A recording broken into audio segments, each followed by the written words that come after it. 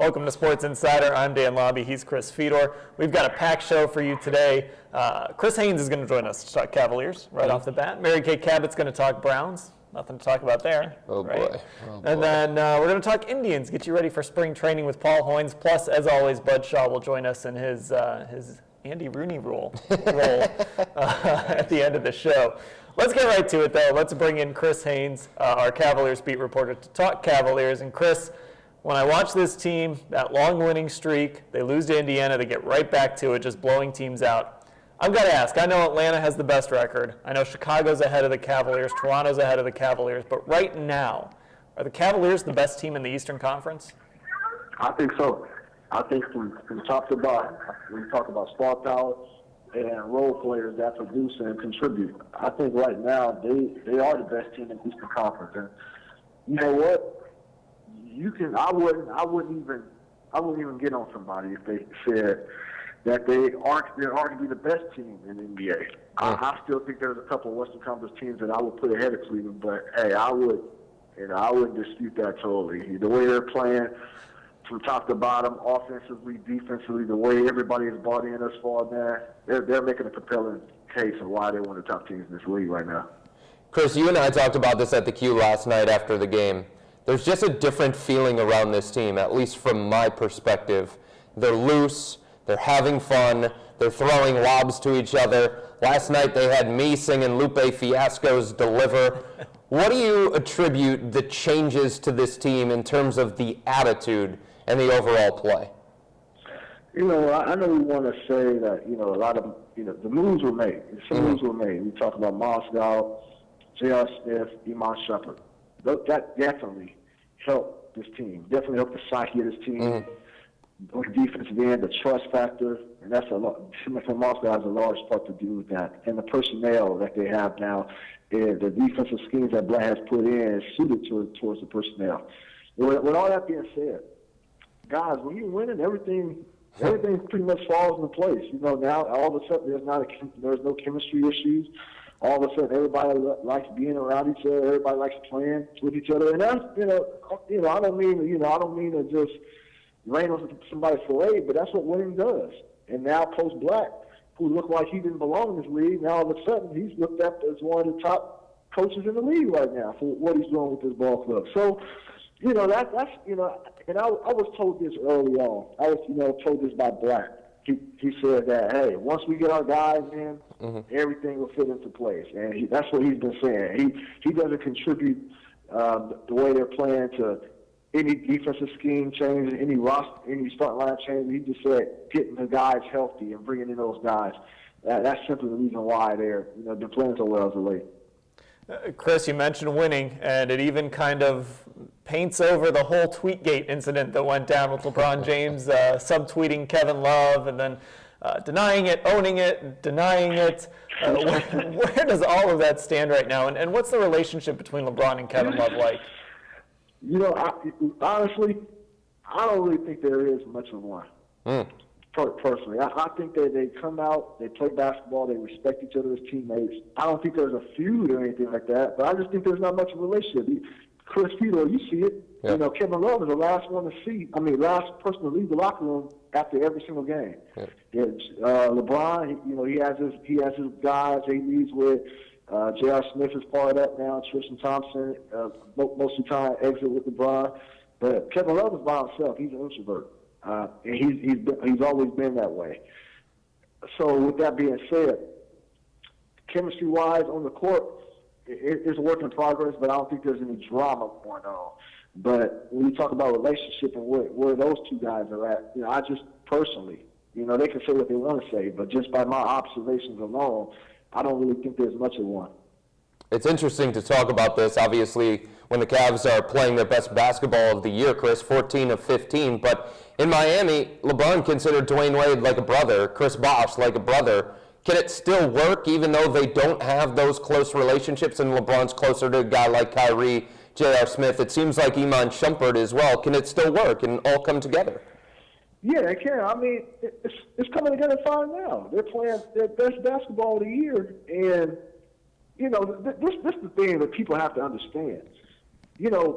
Everybody always wants to equate a team that's having so much success, equate that with everybody liking each other, everybody wanting to hang around each other. This is professional basketball, man. Like, they come in, they do their jobs, and they get out, man. If they got relationships that go past the basketball court, fine, that's even better. But that's not necessary. Right now, Kevin Love is still a big part of this team, and regardless of his sporadic play, he has been, he's averaging a double-double, which is not too many guys doing that in the league. So, yeah, it can work.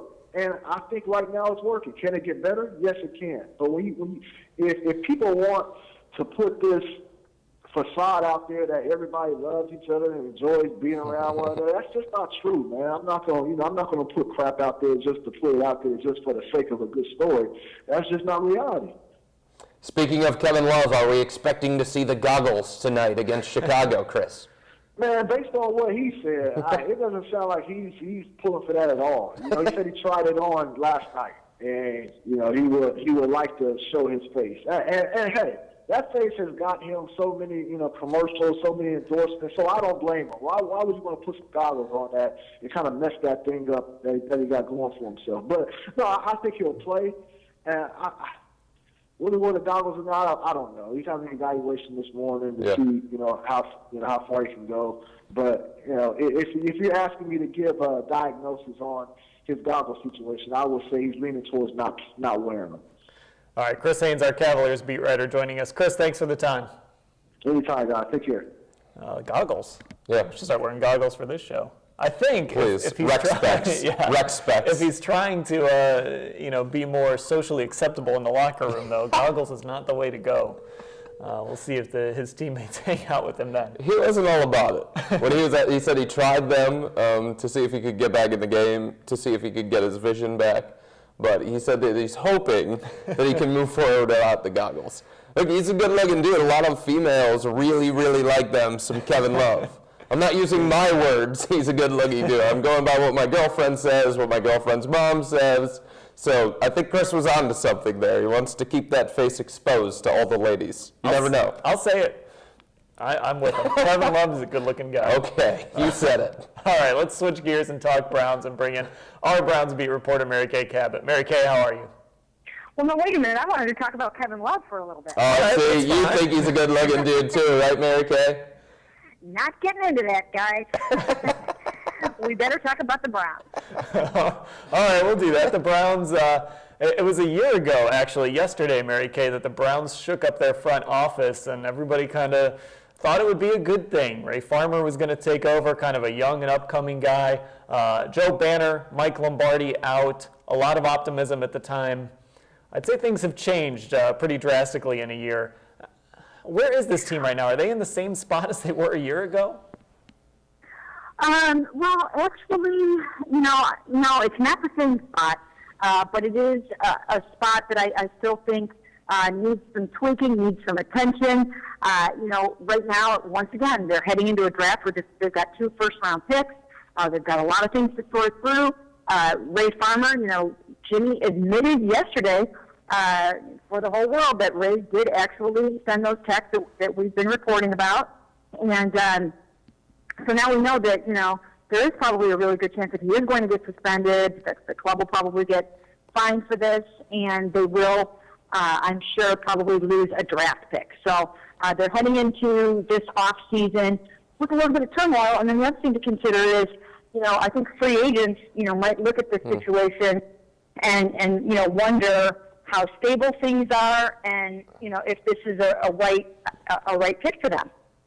Do you feel like that's what Jimmy-Haslam was doing yesterday when he was talking, Mary Kay, about the Browns spending less in free agency? Do you feel like he was getting ahead of this thing, and when the Browns don't have a lot of free agents coming, this was his way of doing that? Well, I do believe that, that they do want to build through the draft, and I think studies have shown that spending a lot on free agency doesn't necessarily translate to a lot of victories. So I don't think it was that as much as it was just, being truthful about that. But I do think that the free agents that they are going to try to attract are going to want some answers. They're going to want to know what's been going on here and why they should come to an organization, right now that hasn't shown stability. Now, I do think some of the stuff about everybody wanting to flee the building that Jason LaCanfora wrote about. I don't think that's not true. Only one person has asked out, and that's Kyle Shanahan. Everybody else still is completely intact, but I still think that free agents are going to want to know, hey, what's up with 6 coordinators in 6 years and those kind of things. Now, Mary Kay, there was a quote that came from Jimmy-Haslam yesterday, too, that basically kind of indicated that they didn't know what they were getting into with Johnny-Manziel, that maybe they weren't sure about his personality, his partying, all that off-the-field stuff. Do you buy that they're maybe surprised by what they're seeing now? Well, I think the quote was something like, I don't know if people knew everything about his personal life back then, and I don't know what extent people know about it now. I do think that did strain credibility a little bit. I do think that it did, and therefore I actually went back to the Browns and I said, hey, you know what, can you clarify this, because this is really making it sound like, Jimmy didn't know that Johnny had these previous issues when the whole world knew about it. I mean, you can't ask us to believe that. I mean, we asked him about it at the Combine, and it was well documented. He had already been arrested. His coach had already ordered him to alcohol rehab. His parents had mandated it. So you can't ask us to believe that when we know that you have a team of people in place that vet these young guys. So I do think, you have to be really careful. You have to be really careful about what you're asking us to believe. Because if you go too far with some of that stuff, then it's the boy who cried wolf, and we're going to have a hard time believing what you're saying. And that is not a good situation to be in. Mary Kay, I thought Haslam's comments on Ray Farmer were really weird to me, because this organization for such a long time and this past year has talked so much about accountability, and we're not the same old Browns.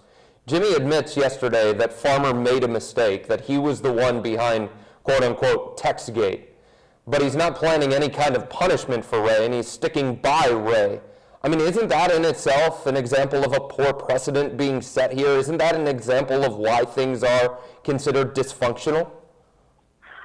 Well, I actually, and I asked Jimmy, I pressed him on a lot of these things in this 50-minute session that we had, asking him, one of the questions, was, hey, is there anything in this report that could, change your mind? I do think that he probably should have reserved judgment on his plans until the full report comes out. It's incongruous for me for someone to say, I don't know what was in the text, yet I'm going to stick behind my man 100%. Right. Those two things don't jive in my brain.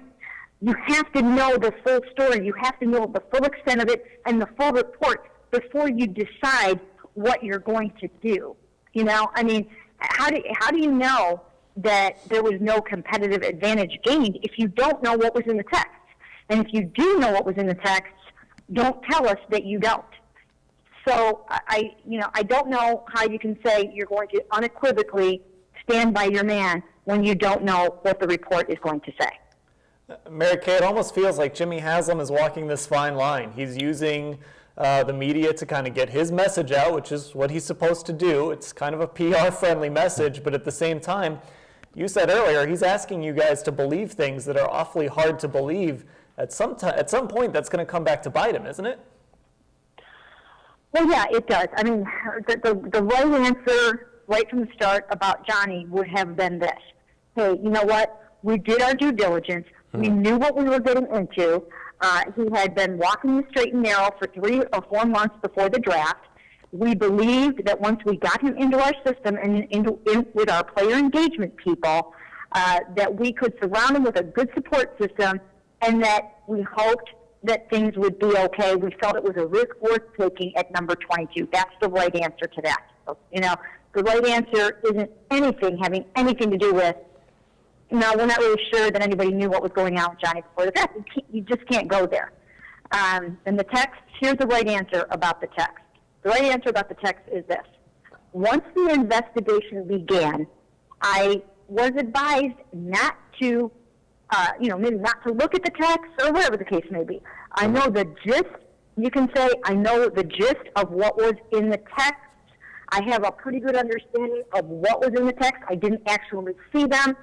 But if they are what I think they are, I'm standing by my man.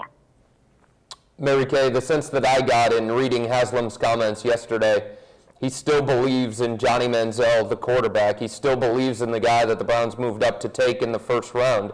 Did you get that same sense? Yeah, you know what? Yes, I did get that sense. I mean, he really, put it out there that, look, it's way too early to give up on him. My football people in the building are telling me that he can still start. And we've heard that from Ray Farmer. Ray Farmer has told us that he still thinks that Johnny-Manziel has the ability in his body to start in the NFL. So I do believe that Jimmy believes that, and I do believe that Ray believes that. I also believe that when Kyle Shanahan walked out the door, that he didn't believe that, and I don't even think Dowell Loggins believed that by the time he walked out the door.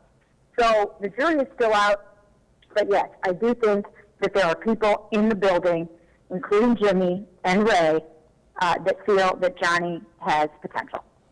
What did Jimmy say yesterday about Brian Hoyer, if anything, to give you any kind of indication on what Hoyer's future may be here? He was very non-committal about Brian, and he had very little to say about Brian, and that kind of spoke volumes to me. It sort of seemed to me that, I don't know. My takeaway on Brian after Jimmy yesterday was that people shouldn't get their hopes up too much about them re-signing him. All right, Mary Kay Cabot, our Browns beat reporter, joining us here on Sports Insider. Mary Kay, thanks for the time. Thank you, guys. All right, we're going to have to get the Hoyer train out? No, we're not, unless we're in Houston. Put Jimmy-Haslam somewhere on the Hoyer train? I think Jimmy's away at the end of that thing. Remember where I was? Oh, yeah. When I was calling Uber? Yeah, you were catching a cab. Yes, I was looking for somebody else. Jimmy, I think, is on a completely different tarmac, trying to get some other plane. He's getting a plane out of here as far away as he can get. Johnny-Manziel. It's just a mind-boggling thing that he can come out and say essentially what he did about Manziel, that they didn't know. I mean, we don't have the resources that the Browns front office has to do research on Johnny-Manziel and these draft picks. But you know what we do have is Google. Yep. And that's pretty telling about what you were getting into with Johnny-Manziel. I mean, it's really sad when you've got guys like Mel Kiper, Todd McShay, Mike Mayock, having more information about Johnny-Manziel than the team that wants to trade up for him in the first round. Because you mentioned it, Dan, they have former FBI guys.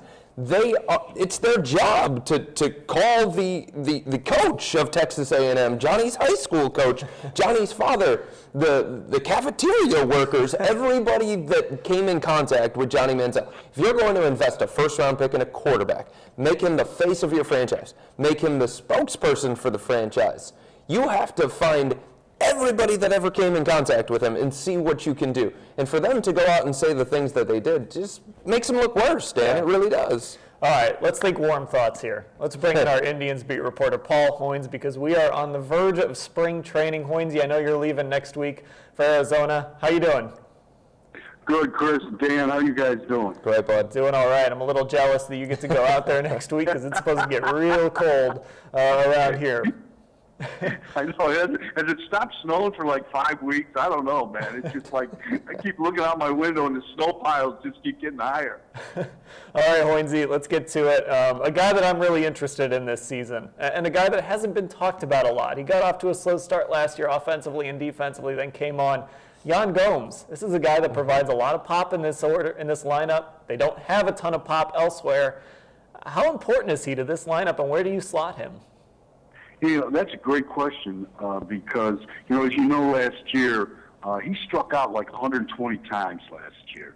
Francona liked to bat him down by, 6th, 7th, 8th, around it in the bottom of the order, kind of an ambush type hitter where, maybe a pitcher relaxes against the bottom of the order and, Jan is there to sting him. Now this year, it's going to be interesting. Just to see how much he's developed as a hitter. And I think there was always something in the back of Francona's mind that, if you hit him higher, 4th or 5th, he gets a little more exposed to the top pitchers. And he might, that strikeout, that swing and miss in his swing might become, more more exposed. So, that's the thing it's going to be interesting to watch where exactly he hits him this season. When it comes to another guy, Hoynesy, I point to Jason Kipnis, somebody that was an all-star a few years ago. The Indians identify him as a core member of the team, give him a new contract, and I thought he was bad last year. I don't think there's any way around that one for me. What is the expectation for Jason Kipnis? Do the Indians still believe in him the way that they did prior to the beginning of last season? Well, whether they do or not, Chris, they're on the hook for like a 5-year, $53 million extension. But I really, talking to Francona and talking to Chris Antonetti, I think they still believe in Kipnis. And you're right, he did not play well. He didn't drive in a run in September. He drove in, I think, 5 runs in August. He went, maybe two and a half months without hitting a home run. This is a guy that I really think he came back too soon from that abdominal injury. I mean, the oblique injury at the end of May. I think he really kind of had to adjust his swing, and he got into some bad habits. And I think he admitted it, that the pressure of trying to live up to that contract extension kind of snowballed on him. So hopefully, the finger injury he suffered during the off season and the lifting weights. Hopefully that doesn't hold him back, and he hits the ground running in spring training and gets a swing back. I think, if Kipnis if he hits like he did in 2012 and 2013, I don't think there will be a concern. But they just can't have another replay of last season.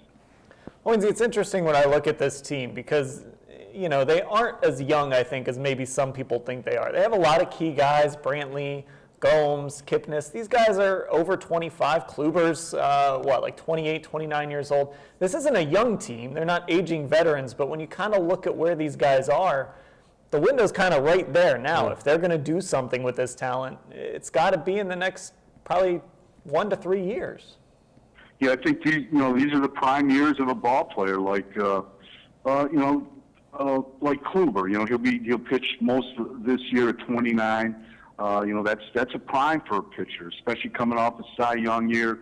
Michael Brantley's 27, I believe, 28. That's his prime. Kipnis should be hitting his prime. You've got the veteran kind of guys, Bourne and Moss and Swisher. They're kind of on the downside, but that's the mix you're probably looking for. Some veteran guys, some guys that are hitting their prime, and some younger guys like a Jose Ramirez and a Francisco Lindor, and in the pitching staff you've got Crockett and Haggett on those young guys coming up, and mixed with veterans like Zipsinski and Shaw.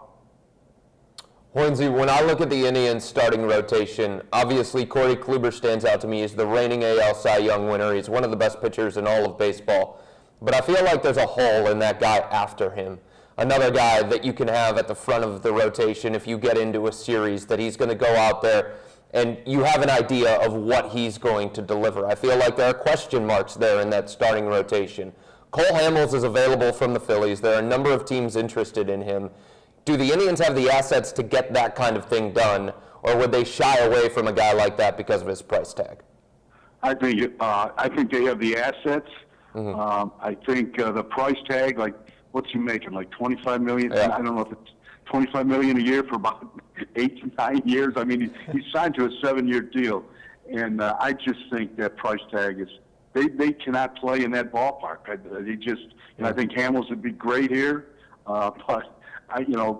With the cost it would take to get him, plus the contract you're inheriting, I think it's unrealistic.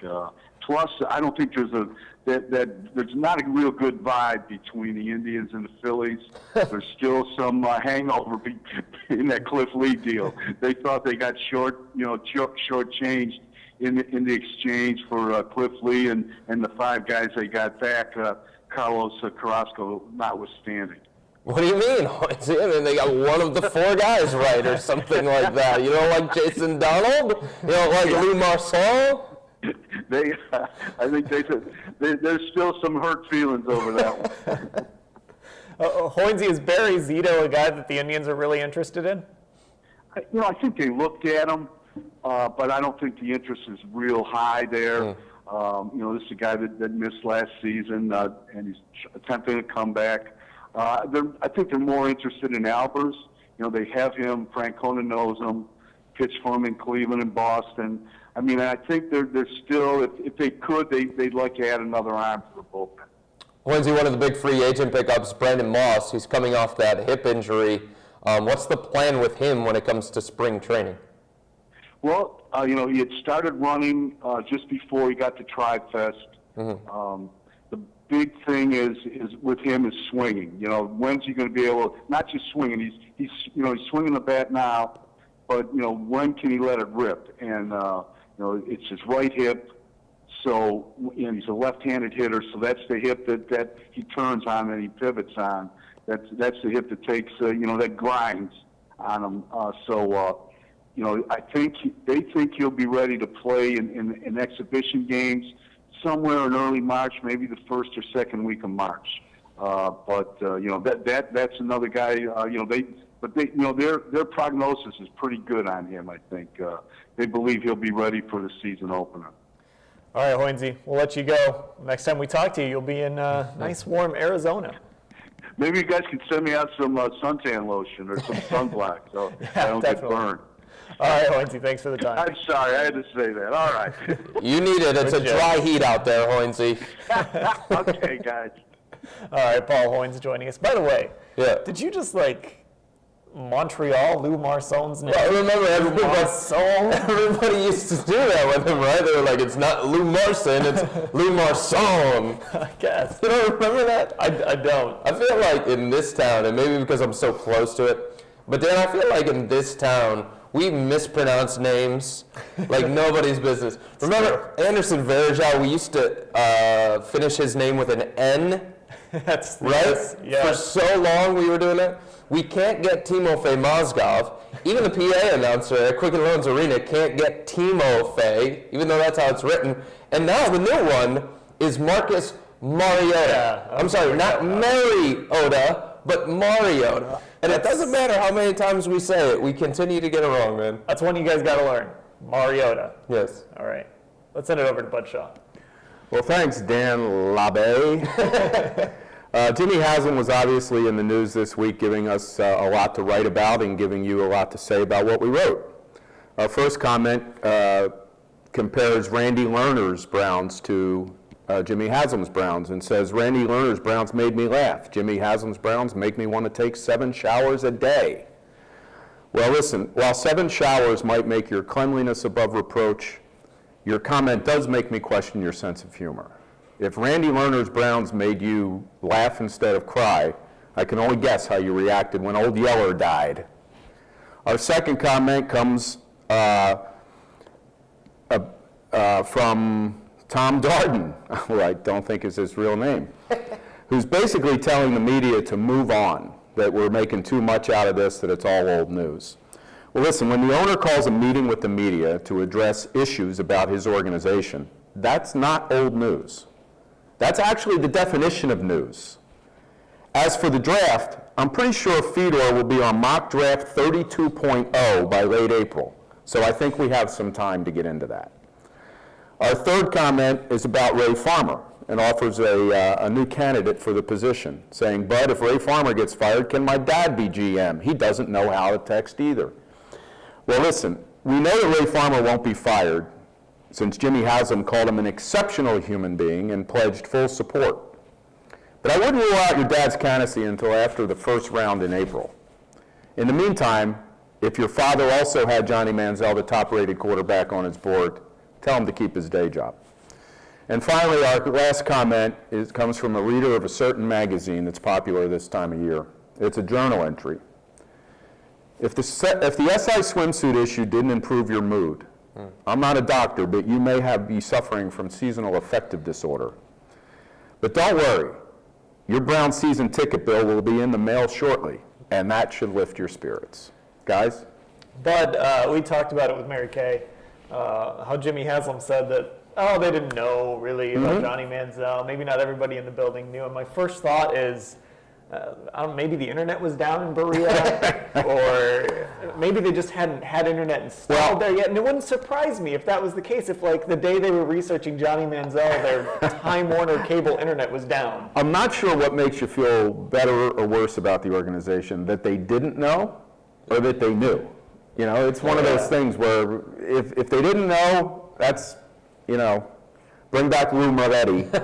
And if they did know, that was a pretty big risk to take. Or that they expect us to believe it. Yeah, I mean, that's a great point, though, but I think fans, when Jimmy-Haslam speaks, or Ray Farmer speaks, or Mike Pettine speaks, they want to feel better than they did before they spoke.